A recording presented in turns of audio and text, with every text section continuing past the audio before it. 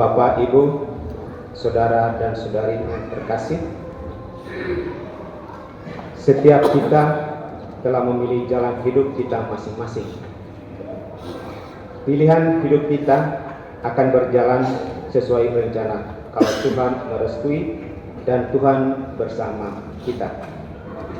Pater Frans Ndoi SPD yang ditabiskan oleh Monsinyur Anton Pain Ratu SPD menjadi imam di Kumba, Rute Manggarai pada tanggal 15 Juni 1983 telah memilih jalan hidup menjadi imam misionaris dalam Serikat Sabda Allah atau SPD.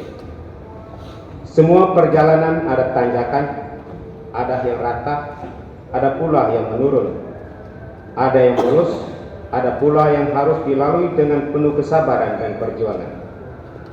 Demikian pula perjalanan imamat yang telah dilalui Jubilaris selama 40 tahun sampai dengan saat ini. Jubilaris sangat yakin dia telah setia karena Tuhan telah setia berjalan bersama dia. Karena itu pada sore hari ini bersama Jubilaris kita merayakan Ekaristi untuk bersyukur kepada Tuhan karena kesetiaannya atas Jubilaris. Kita merayakan kesetiaan Tuhan. Mari kita bangkit berdiri dan bersatu dalam lagu pembukaan.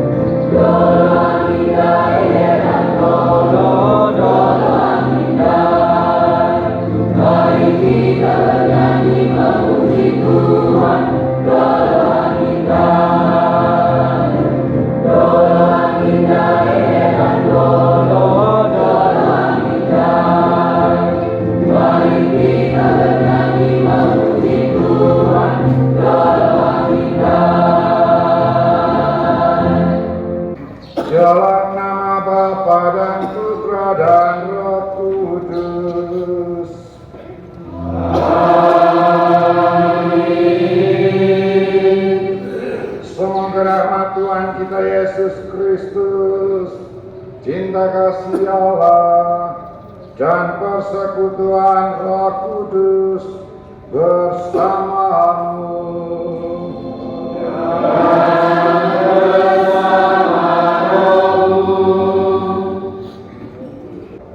Rekan-rekan imam, Bapak Ibu, saudara-saudari sekalian yang saya kasihi di dalam Tuhan,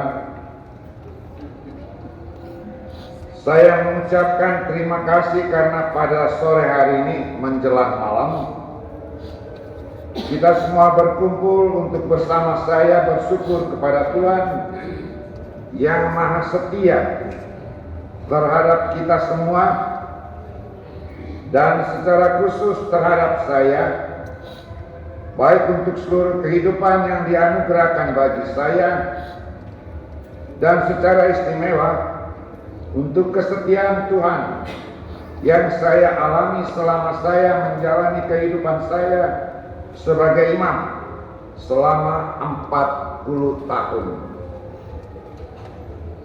Tuhan sudah sangat setia, tetapi kitalah yang sering tidak setia. Karena itu marilah kita hening sejenak untuk menyadari ketidaksetiaan kita dan mohon ampun. Saya mengaku kuasa dan kepada saudara sekalian bahwa saya telah berusaha dengan pikiran dan perkataan dengan perbuatan yang lalai. Saya sungguh berdosa. Kalau segala dosa yang memohon kepada Sang Bapa Maria, kepada para malaikat yang kudus, dan kepada saudara sekalian, supaya mendoakan saya kepada Tuhan kita. semoga Yang Maha Kuasa mengasihani kita, mengampuni dosa kita, dan menghantar kita ke hidup yang kekal. Amin.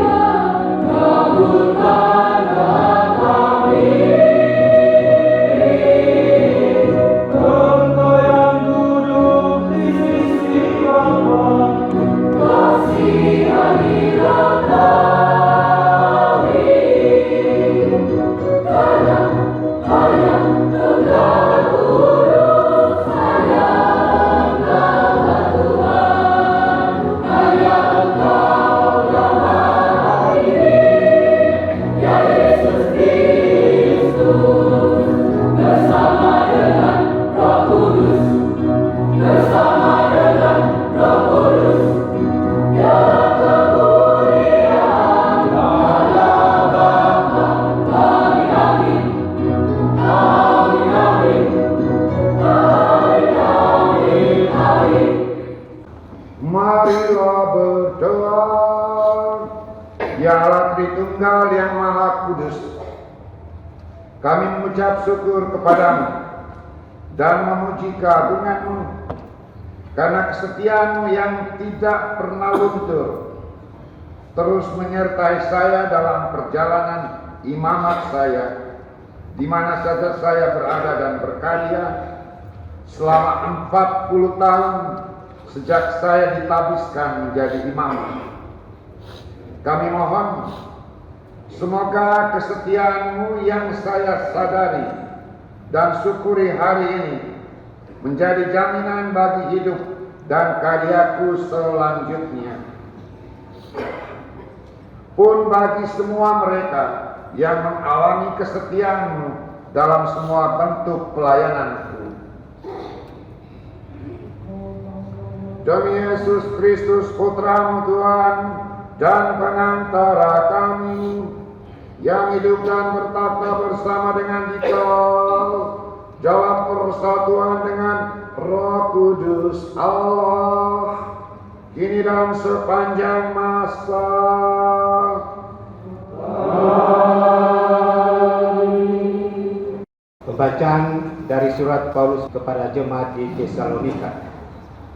Akan tetapi kami harus mengucap syukur kepada Allah karena kamu, saudara-saudara yang dikasihi Tuhan, sebab Allah dari mulanya telah memilih kamu untuk diselamatkan dalam roh yang menguduskan kamu dan dalam kebenaran yang kamu percaya. Untuk itulah Ia telah memanggil kamu oleh Injil yang kami beritakan, sehingga kamu boleh memperoleh kemuliaan Yesus Kristus Tuhan kita. Sebab itu, berdirilah teguh dan berpeganglah pada ajaran-ajaran yang kamu terima dari kami, baik secara lisan maupun secara tertulis. Dan Ia, Tuhan kita Yesus Kristus dan Allah Bapa kita, yang dalam kasih karunia-Nya telah mengasihani kita dan yang telah menganugerahkan penghiburan abadi dan pengharapan baik kepada kita, kiranya menghibur dan menguatkan hatimu dalam pekerjaan dan perkataan yang baik. Demikianlah sabda Tuhan.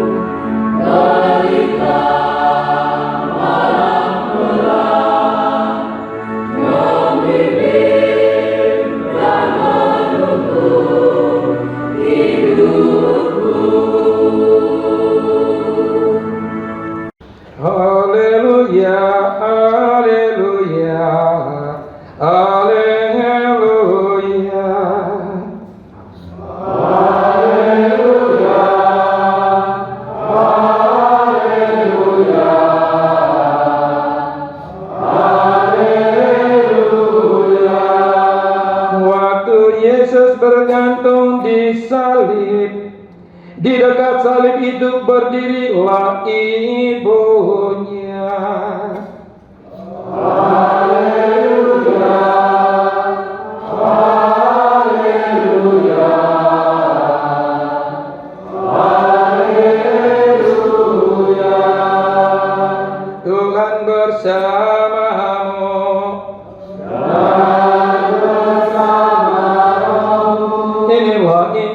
suci menurut Yohanes.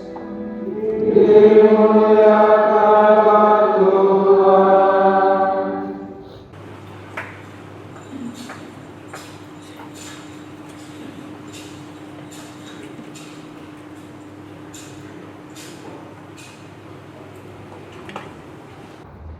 Sesudah prajurit-prajurit itu menyalibkan Yesus, mereka mengambil pakaiannya, lalu membaginya menjadi 4 bagian, untuk tiap-tiap prajurit 1 bagian. Dan jubahnya juga mereka ambil.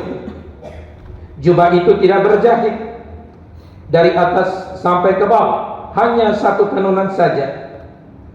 Karena itu mereka berkata seorang kepada yang lain, "Janganlah kita membaginya menjadi beberapa potong, tetapi baiklah kita membuang undi untuk menentukan siapa yang mendapatnya."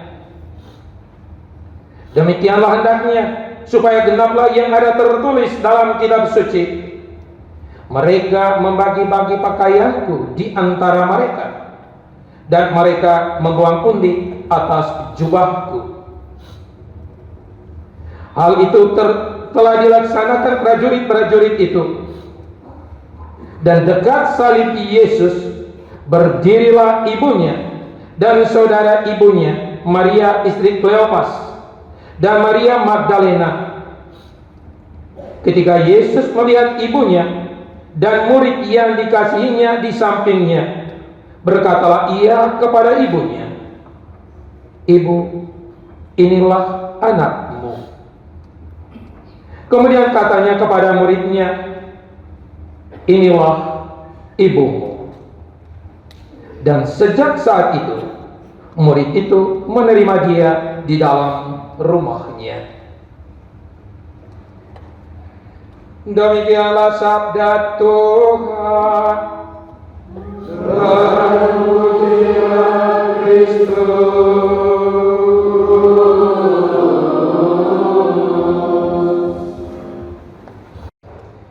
Aku hanyalah alat di tangan Tuhan.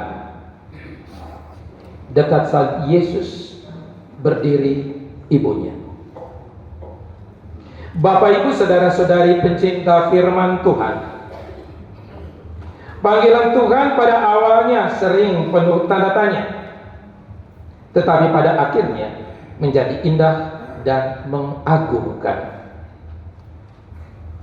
Siapa pernah menyangka anak dari kampung asli Manus, Manggarai, Franciscus Saverius Ndori, putra kelima dari 10 bersaudara, pasangan Bapak Markus Sina, seorang pegawai kantor daerah Ruteng, dan Mama Matalindung, ibu rumah tangga yang buta huruf, bakalan menjadi seorang biarawan dan bahkan menjadi imam sulung dari paroki Santo Mikael Kumbang. Dan dalam perjalanan panggilan yang panjang penuh peristiwa, boleh masuk dalam barisan biarawan imam misionaris yang tangguh tahan bantingan. Memang tiada satu pun yang mustahil. Kalau sejak dalam kandungan ibu Allah sudah naksir, Allah memilih orang yang dia ingini, Allah mengutus orang yang dia mau, Allah percayakan aneka karunia kepada orang yang takwa, tekun, rela, dan bersedia menjadi alat di tangannya. Pada awalnya, Frans kecil tidak tahu bahwa ada benih panggilan bersemi di dalam dirinya. Tetapi pastor parokinya, Pater Josef Kuizan, SPD, misionaris Ceko, melihat dengan lebih jelas benih unggul panggilan itu. Tanpa sepengetahuannya, si Frans yang rajin ajuda dan cerdas dan juga masih imut-imut itu didaftar masuk seminari Kisok, dan dia pun ikut saja ke sana. Apalagi orang tua dan saudara-saudarinya pun mendukung. Maka secara perlahan dan pasti namanya pun dicoret dalam daftar anak laki-laki yang harus mempertahankan garis keturunan. Bapak Ibu saudara-saudari umat beriman yang terkasih, sesudah ditabiskan sebagai imam, pasti ada ambisi tertentu untuk menjadi seorang imam yang hebat, terkenal, nama besar, punya jabatan tinggi, populer, mewah, dan seterusnya. Dan mudah, namanya masih 0 kilometer. Tidak butuh waktu lama, namanya semakin tenar di kota ini, bersinar terang bagi bulan dan bintang-bintang di langit biru. Boleh jadi ini adalah pengabulan atas doa sekaligus petuah dari para tetua sebelum dia berangkat untuk menggapai cita-cita luhur di Semenari Tinggi Ledolor. Kakor dulako lomes dukole, uahan langkas hangkalah. Bersukacitalah kalau pergi, bersorak rianglah kala kembali, bertumbuhlah menjangkau bulan, berkembanglah menggapai bintang. Pertanyaan penting, apakah ketenaran seperti itu yang dicari dan diinginkan? Rasanya tidak.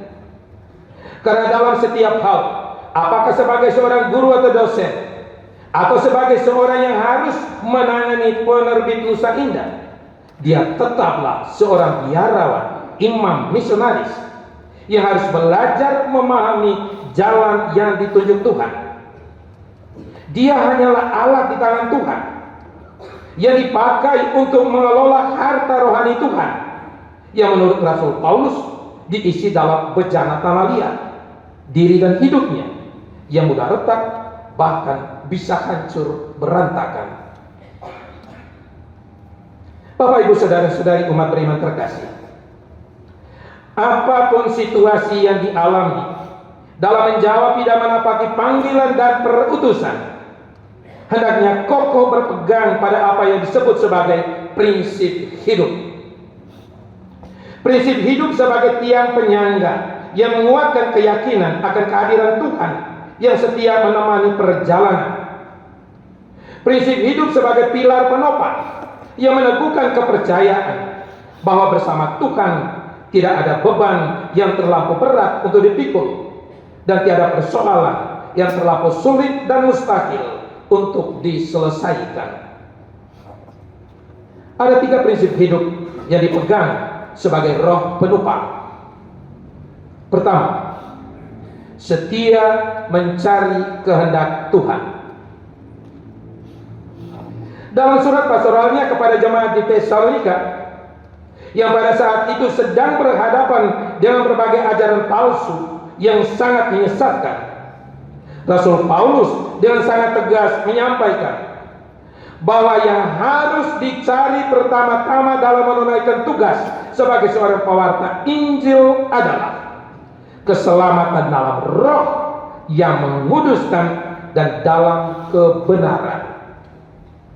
Saudara-saudara yang dikasihi Tuhan, Allah dari semula telah memilih kamu untuk diselamatkan dalam roh yang menguduskan kamu dan dalam kebenaran yang kamu percayai. Maka apapun tugas dan jabatan yang dipercayakan, hendaknya digunakan sebagai sarana untuk menghantar sesama menuju jalan keselamatan, bukan untuk mencari pangkat dan kekuasaan. Segala bakat dan kemampuan yang dimiliki hendaknya dipakai untuk menuntun sesama menghayati hidup dalam kekudusan, kebaikan dan kebenaran, bukan untuk mencari keuntungan materi dan popularitas diri. Diakon Frans pun sungguh menyadari tugas yang maha berat sebagai seorang pewarta.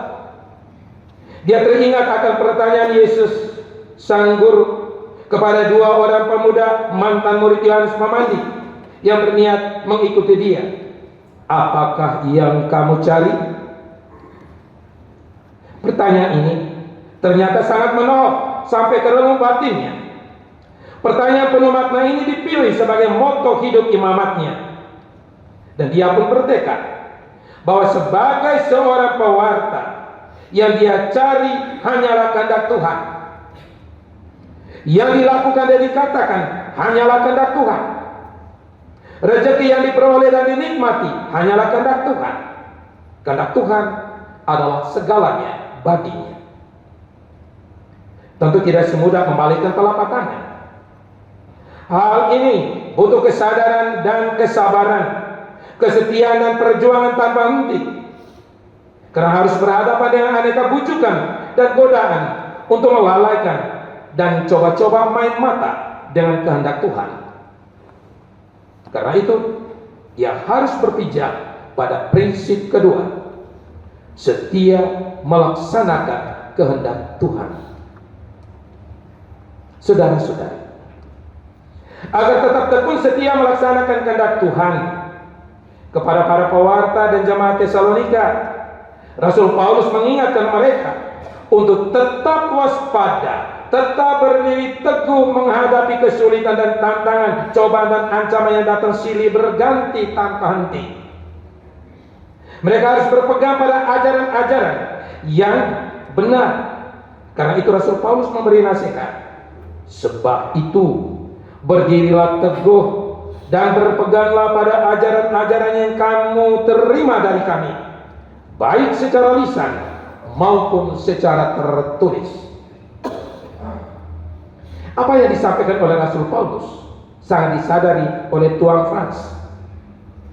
Tapak-tapak yang harus dijalaninya sebagai seorang imam biara misionaris yang tinggal di tempat yang sama biara Santo Yosef mendorongnya untuk memiliki prinsip hidup yang jelas, tegas dan terarah. Karena yang sangat penting baginya adalah agar siapa saja yang menerima pelayanannya, apakah melalui pelayanan sakramen dan sakramentalnya, atau dengan memberi pengajaran secara lisan maupun tertulis, memiliki hidup. Supaya mereka memiliki hidup. Yohanes bab 10 ayat 10, moto perak imamatnya, yang mengikuti spirit pengorbanan diri dan hidup Yesus, Sang Gembala baik. Memiliki hidup. Hidup sebagai seorang beriman yang baik dan benar. Hidup jujur dan tulus. Hidup rukun dan bersaudara. Hidup bahagia dan sejahtera. Agar siswa dan mahasiswa khususnya memiliki hidup. Hidup sebagai orang yang berakhlak dan berbudi, sebagai orang yang berilmu dan beriman. Harus diakui dengan jujur bahwa dalam karya pelayanan agar sesama sungguh memiliki hidup sangatlah sulit. Sebab melayani dan terus melayani dengan hati capek juga, karena harus berhadapan dengan orang yang masa bodoh. Memberi dan terus memberi diri nyonyor juga, karena ada yang membalas dengan tertawa sinis, malah dicap sire, sibuk rewok, atau bahasa politik sekarang cari pencitraan. Maka jubilaris berusaha untuk sampai kapanpun berpegang pada prinsip hidup ketiga, yaitu setia memikul beban kehendak Tuhan seperti Bunda Maria. Injil menceritakan situasi senja kelam yang sangat mencekam yang terjadi di atas bukit Golgota. Dekat salib Yesus berdiri ibunya, seorang ibu Maria yang sangat setia berjalan mendampingi Yesus putranya sampai di bukit penyaliban. Seorang ibu yang tidak mundur setapak pun menghadapi sengsara dan kematian. Seorang ibu yang tetap tegar ketika pakaian putranya, yang adalah tanda kemuliaan martabat seorang manusia, dijadikan bahan undian. Seorang ibu yang patuh setia ketika putranya memberikan mandat baru untuk menjadi ibu bagi semua umat manusia. Seorang ibu yang tetap tegar dan tegak berdiri walau hatinya seperti disayat sembil, menyaksikan detik-detik mencekam saat putranya mengembuskan nafas terakhir di atas palang salib. Sudah selesai. Ya, seorang ibu yang teguh setia pada ikrar setia. Aku ini adalah hamba Tuhan, terjadilah padaku menurut perkataanmu. Sedikit kilas balik saudara-saudari pengalaman jubilaris. pengalaman pertentangan antara keinginan diri sendiri dan ketaatan pada keputusan pimpinan serikat. Seperti saat diminta untuk mengajar mata pelajaran baru jurnalistik di Suradikara, suatu mata pelajaran yang dia tidak tahu apa-apa. Pertentangan antara ambisi dan niat luhur, seperti ketika dipercayakan dengan berbagai jabatan strategis di penerbit Nusa Indah. Pertentangan antara kerendahan hati dan merasa diri hebat, seperti saat ia melayani orang yang datang dengan beraneka keluhan rohani maupun rongrongan sakit penyakit. Juga terpahan tantangan dari luar dirinya. Sebagai misal, selama pendidikan ada penilaian yang harus dia terima dengan hati sakit. Ketika menjadi imam pun tantangan tidak berkurang. Sering ia harus memikul cerita miring, irasional, dan melecehkan yang sangat memojokkan. Semua harus diterima dengan tabah dan sabar. Dia harus tetap berdiri kokoh kuat, teguh perkasa, patuh setia seperti Bunda Maria di bawah kaki salib Yesus demi memenuhi kehendak Tuhan. Dekat salib Yesus berdiri ibunya. Maka bersama Bunda Maria, dia pun boleh bersujud sembah dan berkata lantang penuh iman dan kepasrahan, "Aku Frans adalah hamba-Mu Tuhan. Terjadilah padaku menurut perkataanmu." Sebagai hamba Allah di tangan Tuhan, maka bersama jubilaris kita semua pun boleh berpadu tekad untuk setia membagikan kasih dan rahmat Tuhan dengan menjadi pembawa cinta kasih di mana ada kebencian, memberikan pengampunan di mana ada penghinaan, membangun kerukunan di mana ada perselisihan, memberikan kepastian di mana ada kebimbangan, membela kebenaran di mana ada kesesatan, menguatkan harapan di mana ada kecemasan, menjadi sumber kegembiraan di mana ada kesedihan, dan menjadi terang di mana ada kegelapan. Dekat salib Yesus berdiri ibunya. Tuang Frans lesoho ite 40 tahun jiri tuang. Toe hemong ite naring kamping morin agungaran. Tapi dami kamping mori lantang Tuang Frans. Porong membaun koe etamai temat tengwa. Wiko koe leulu jangkan siliwai. Sang bembang ngger etan wake colar ngger wa. Kembu suwai teku mbawa suwai wang. Neka koe reni lebeti waki. Neka rojong toko mose.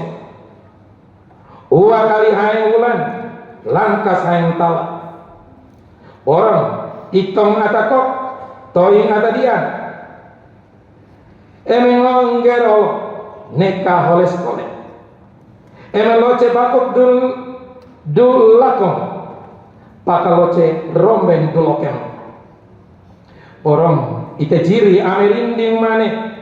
Aku ini rinding wie latang anggota komunitas. Porong teuca ambo neka woleng jauh muku capu neka woleng curug.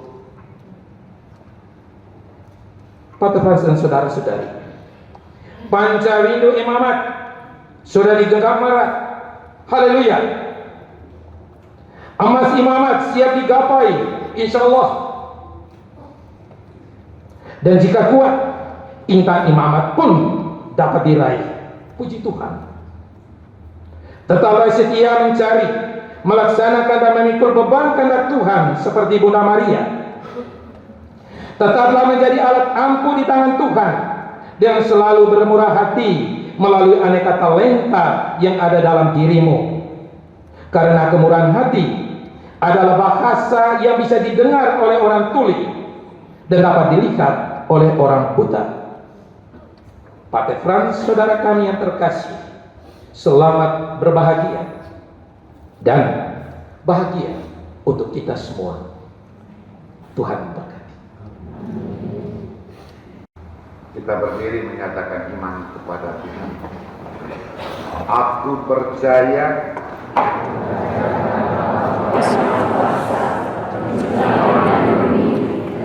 Yesus Kristus adalah Tuhan kita. Hanya karena beliau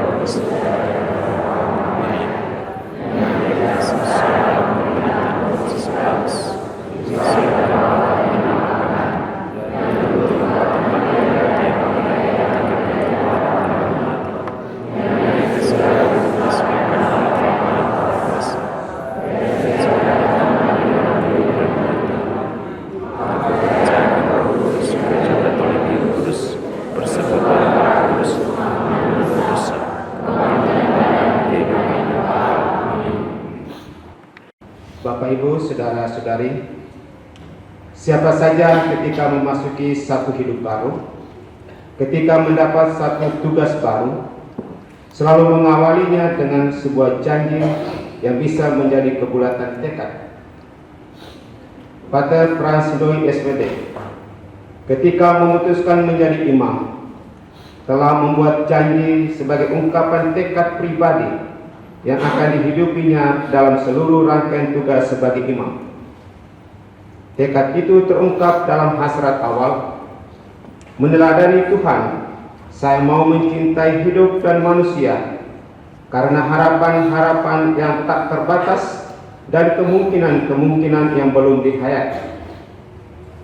Setelah 40 tahun lewat, kini janji itu akan diulang dan diperbarui sesuai dengan pengalaman yang telah dilalui. Kita memberi dukungan dengan doa dan permintaan kepada bantuan Roh Kudus dengan bersama-sama menyanyikan lagu Veni Creator.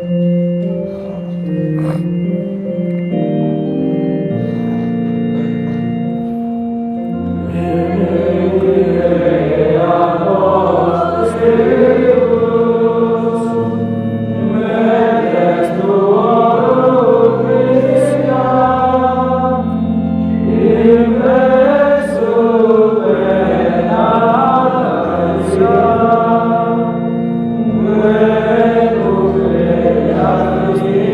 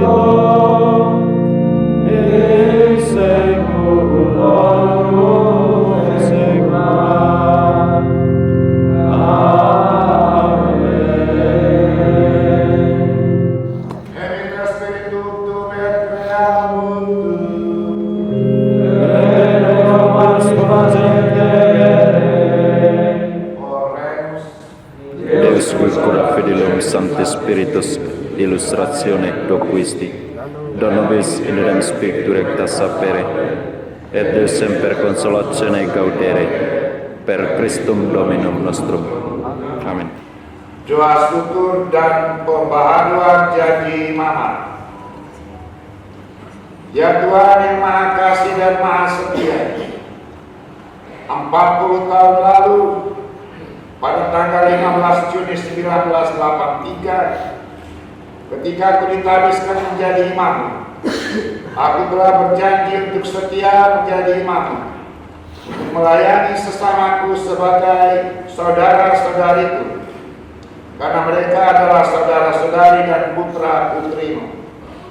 Berkat rahmat dan kemampuan yang Kau anugerahkan, berkat dorongan, doa dan bantuan sesama, keluarga, konfrater dalam serikatan gereja lokal, selama 40 tahun aku telah berusaha untuk memenuhi janjiku, mengubah kemungkinan dan mimpi menjadi kenyataan sesuai tugas yang dipercayakan kepadaku.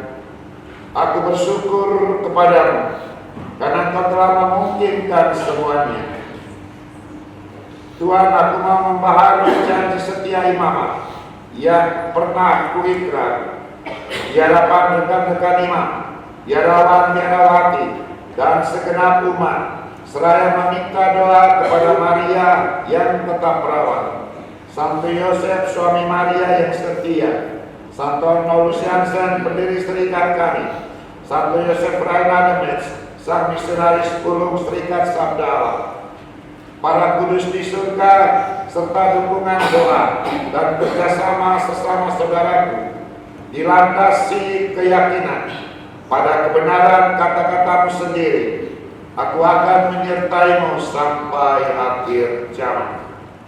Aku berjanji dalam sisa-sisa hidupku untuk tetap setia dan tekun melayani sebagai imam, melaksanakan tugas pelayanan sakramen dan pewartaan sabda, menyangka diri demi tugas dan panggilan, menimba dan meneladani semangat sang imam, sang raja, dan sang nabi lain, agar dengan doa dan karyaku semakin banyak orang bisa menjadi saudara-saudari, putra dan putri Allah yang berbahagia di dunia dan akhirat. Amin. Tuhan yang Maha Setia, Engkau tidak menghendaki seorang pun terpisah daripadamu, baik waktu hidup di atas dunia ini maupun hidup di akhirat. Karena itu pula maka kami percaya Engkau tidak pernah memalingkan wajah-Mu dari kami ketika kami memanjatkan doa-doa kami kepadamu. Dengarkanlah ya Tuhan doa-doa kami. Untuk gereja, ya Tuhan, Engkau telah mempersatukan kami dalam gereja-Mu yang kudus. Di dalamnya kami boleh mengenal Engkau lebih dekat dengan ajaran gereja dan sakramen-sakramen yang kami terima. Semoga kami sanggup menjalankan tugas dan kewajiban yang Engkau percayakan kepada masing-masing kami demi hidup dan keselamatan seluruh umat manusia. Marilah kita mohon. Untuk negara, ya Tuhan, Putra-Mu sendiri telah mengajar kami untuk mencintai negara kami masing-masing. Dia meratapi kota Yerusalem, lambang kebesaran negerinya yang bakal dibinasakan. Pandanglah negara kami, berikanlah kearifan kepada para pemimpin dan warga bangsa kami, agar negara tetap berdiri tegak dan kuat, serta sanggup menjamin kehidupan warganya baik untuk hidup di dunia pun hidup di akhirat. Marilah kita mohon. Ya Tuhan, untuk serikat Sabda Allah dan Jubilaris, ya Tuhan, Engkau telah memberi karisma khusus kepada serikat Sabda Allah untuk menjadi pewarta sabda yang setia. Semoga semua anggotanya tetap tekun dalam karya misinya, setia mewartakan sabda Tuhan dengan kata-kata dan contoh hidup yang baik dan benar. Terutama kami berdoa bagi jubilaris, agar pada usianya yang sudah senja, dia tetap sehat, kuat, dan mengalami kebahagiaan. Marilah kita mohon untuk umat yang hadir dan para penjasa. Ya Tuhan, banyak saudara-saudari menghadiri Ekaristi syukur ini. Banyak pula orang-orang yang telah berjasa untuk jubilaris, baik yang berada di mana saja.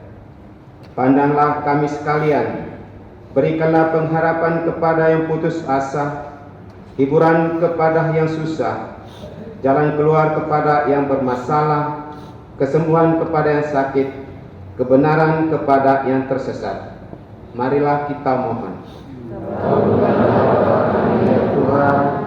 untuk keluarga besar jubilaris yang telah meninggal. Ya Tuhan, banyak anggota keluarga jubilaris yang telah meninggal. Mereka adalah orang tua, om dan tante, adik dan kakak, serta konfrater dalam serikat, sahabat dan kenalan. Berikanlah mereka hidup yang telah Engkau janjikan, yaitu bersatu dengan Engkau selamanya. Marilah kita mohon. Ya Tuhan Allah kami sungguh percaya akan penyelenggaraan-Mu bagi semua orang. Kami percaya bahwa hidup kami hanya mempunyai makna kalau kami berada di dalam jalan-Mu. Terimalah persembahan kami, hidup yang kami miliki, agar Engkau kuduskan dan menjadi saat-saat yang menyelamatkan. Demi Kristus Tuhan kami. Amin.